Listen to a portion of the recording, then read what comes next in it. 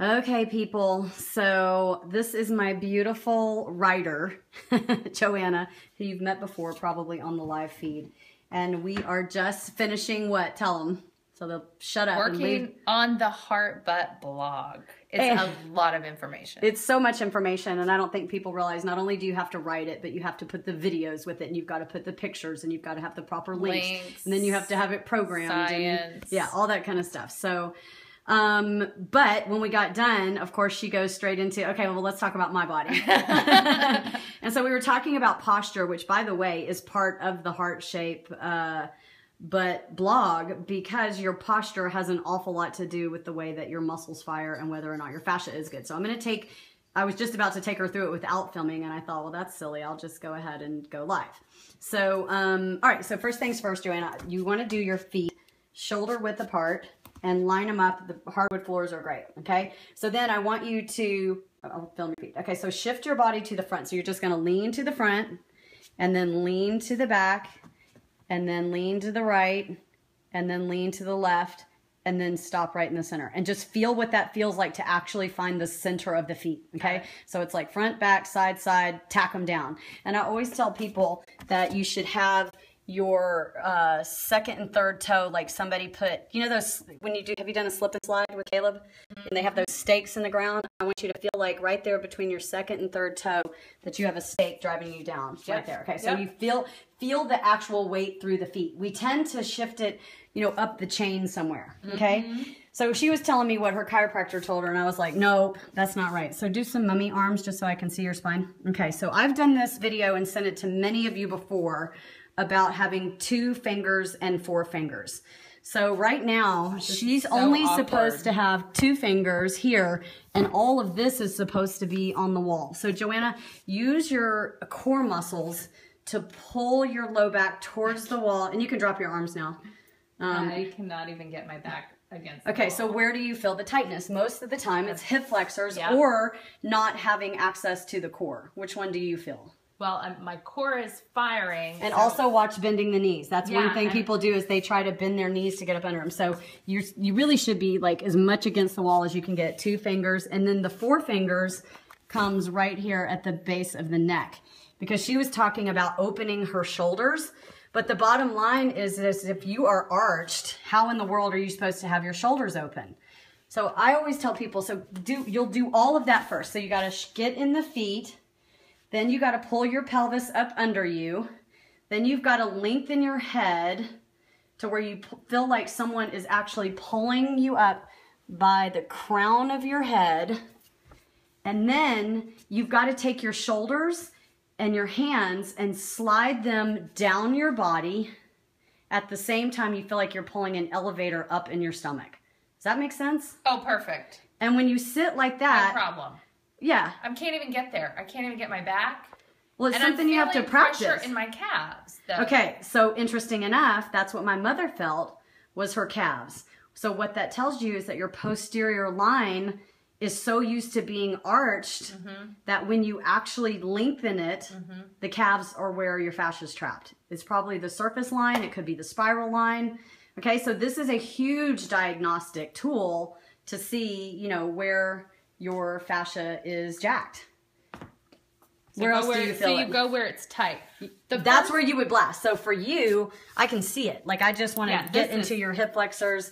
You would blast your calves. That's why your body wants to bend your knees to achieve it. Yeah. Okay. And what I would still can't get it there. Like I can't not physically get my back against the wall.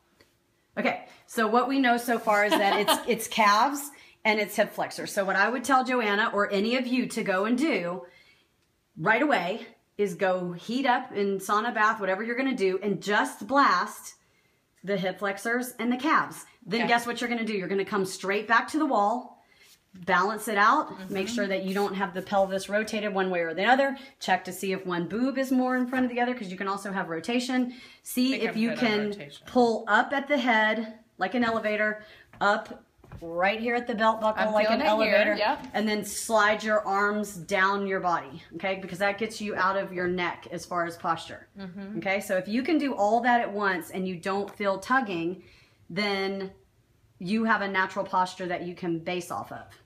Yeah. And I always tell people, if you can't stand like this, then what in the hell makes you think you can do a burpee like this? Or any other other human movement. So I always start people on the wall and make sure that we get rid of all of the, structural restrictions, and then you can move into biomechanics. But until you can do 2 fingers, 4 fingers with your feet straight, because I can tell you this, I'm working hard. Let me tell you what most people will do. So I'm going to show you how to cheat. And by the way, I don't want you doing this. Let your feet turn out. Okay, so if you turn out, how easy is it to get your back on the wall? Actually, it is easier to get my back on the wall. But you don't want to do that because you're actually creating torque at the knee, and you're changing the insertion at the femur head. And that's what most people do. To get out of their back, they just turn their feet out. My son does that. I talk about it all the time when you're sitting or standing. So come over here, Joanna. I'm going to show you how to sit. Do not look at my bedroom. I have been on a trip, and my son is on the couch. Move. Clear the set. You can do it too, Luke. I've done this with you before because my son is a football player, and he's way too big for the little bitty desk that they sent him in. So if you sit at a desk, what you want to do is the same thing. So spread your knees and spread your feet to a shoulder width apart, okay? Then that same thing with your pelvis, you want to pretend like you have that same wall behind your back. And so when you're seated, you should be perched up onto the sit bones. And I teach people, so do this, Joanna. Tip your pelvis to the front like this. Oh. Yep, tip it to the front, and then tip it to the back, and then perch it straight up. Do you feel the difference?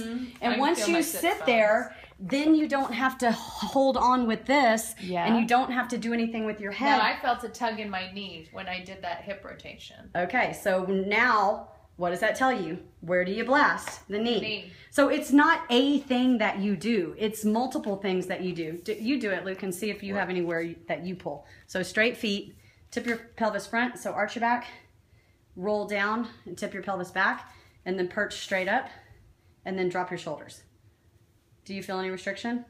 I just feel my back on. Well, my son has a different issue, which instead of holding himself up by his core, he holds himself up by his back, which is something we're working on, is unpairing that. But, Joanna, you can speak to it because you and I are writing the book together. Tell the people, you're not going to get this with one video. No. I've sat down and watched all your videos. I've worked with you for a couple of years now, and I'm still working on my body. We're works in progress, but I've made huge progress because when I met you, I had such severe knee pain. I couldn't even do a lunge. Couldn't do a lunge. Never in my whole life have I been able to do it without pain. So, no, this is huge, and I'm so glad that I had live bodies because, I can do the posture. In fact, Luke, hold this for a second and film me from the side. So it is nothing for me to come over here and get on this wall and be 2 finger, 4 fingers. And you know what? I don't feel any restriction anywhere. The only thing that I feel is that on my hip replacement side that my ankle's a little bit loose, which is something I know. I always have to strengthen it. But you should be able to walk right up to the wall, tighten your core, drop your arms, lengthen your neck, and stand here no problem. If you can't do this, then you should absolutely not be trying to run or CrossFit or any of that. First things first, you got to start with the first thing. You got to stand before you can walk. That's right, honey.